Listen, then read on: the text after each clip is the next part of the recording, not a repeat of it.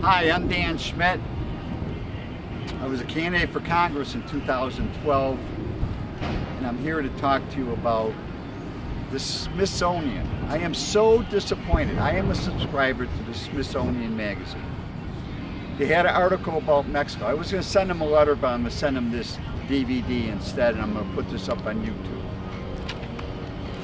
In their article about Mexico, about the borderline, they allowed a statement to come into that article that I think is so evil, so wrong. Where are the adults? Where's the editorial board at the Smithsonian? They used the word that America expanded through conquest. America has never expanded through conquest. We never conquested anybody. In all the wars, everything that we did, we always helped the country that we helped defend. Whether it was World War II, World War I, the Spanish-American War, we never took any land under conquest. To put this article, so I put some facts together so people can understand what I'm talking about. First of all, Mexico only came into being in 1821. Now put that in your noggin. 1821, they got their independence from Spain. Prior to Mexico getting their independence, it was a Spanish county. It was the largest county of the Spanish Empire. Understand that. For the first 2 years, they had a monarchy. Then that got changed. So basically, the Republic of Mexico started in 1824, meaning it was 35 years younger than the United States of America that finally was organized in 1789. So you're going to put these two items in perspective to understand why was America more powerful than Mexico? Why was America? It was the freedom thing. Let me put this in your noggin. I want everybody to understand this. What makes America different, what makes America great, it's the freedom thing. The freedom, the free enterprise, that you can keep your money, that you can keep your being, that you have the right, life, liberty, and the pursuit of happiness. That's part of the USA DNA. Let me get that in your head. It was the Spanish and then the Mexicans that were inviting settlers into the Texas area.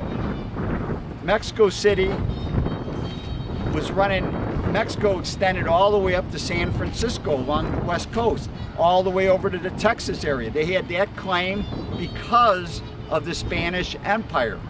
They had no control in them areas. There were still indigenous natives, the different tribes lived in that area, but there was no government in those areas. So the Spanish and the Mexicans invited gringos, they called them gringos back then, to settle in Texas, to create some kind of enterprise in Texas. Well, they revolted. The Texas Revolution was in the 1830s. They threw off control of Mexico. Texas Revolution took place in the 1830s. They declared their independence. Then they applied to become part of the United States. Mexico warned, I believe it was President Pierce at that time, that if they allowed Texas to become a state, part of the United States, they were going to declare war, even though they had very little footing to declare war. The Mexican-American War was basically two battles. There was a battle in Brownsville in the Texas, on the Gulf of Mexico and the Texas border, and they sent some Marines into Mexico City. Out of that, now you gotta understand, Mexico is a new country, less than 20 years old. The Treaty of Guadalupe Hidalgo, under this treaty, the USA paid $15 million to Mexico, which was a lot of money. They also assumed $3.25 million debt that Mexicans owed American citizens. And Mexico recognized the independence of Texas, and they also recognize that the Rio Grande River as the northern border of Mexico or the southern border of the USA. Then, to point out, in 1854, the USA paid $10 million for 29,000 square miles. And then there was another treaty in 1884 that firmed up the border between Mexico and the United States. And I am sorry that the people in Mexico are taught that we stole this land from them, that they have a right to this land. Mexico was only an infant country. They had their own problems. If you look at the history of Mexico, in fact, in from 1862, under Napoleon III, France conquered Mexico. They put Maximilian in charge of Mexico, and they made him the king of Mexico, and that lasted for 3 years. And after the American Civil War, America helped Mexico to throw off the French. So Mexico always had governmental problems. They had their own revolutionary problems. So I don't want to hear Mexicans complain that we stole California, that we stole Arizona, Utah, Colorado, New Mexico, Texas. We did not steal any of this. And I only wish, I believe over a third of the Mexican population have lived in the United States, have been exposed in the United States.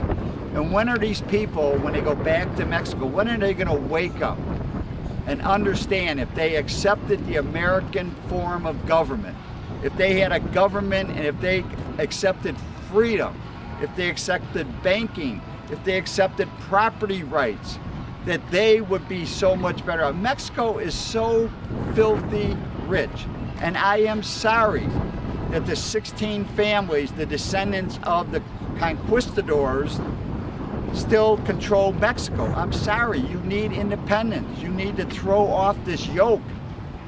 Freedom works. Freedom always works.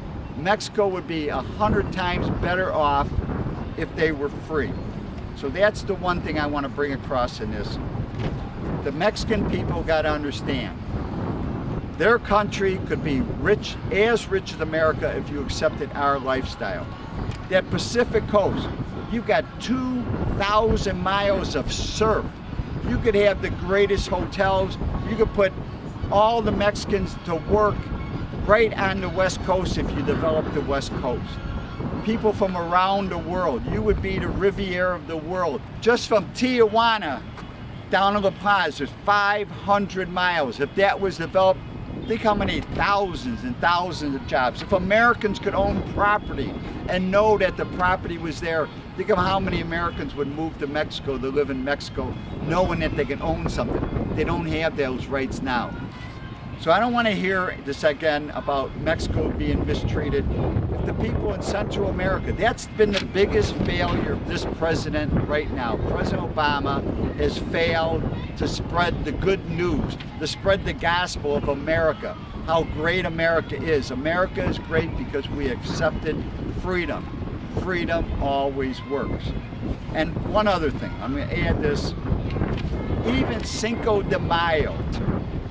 What a mistake, Cinco de Mayo. How many Mexicans know what Cinco de Mayo is? Mexican Independence Day is September 16th.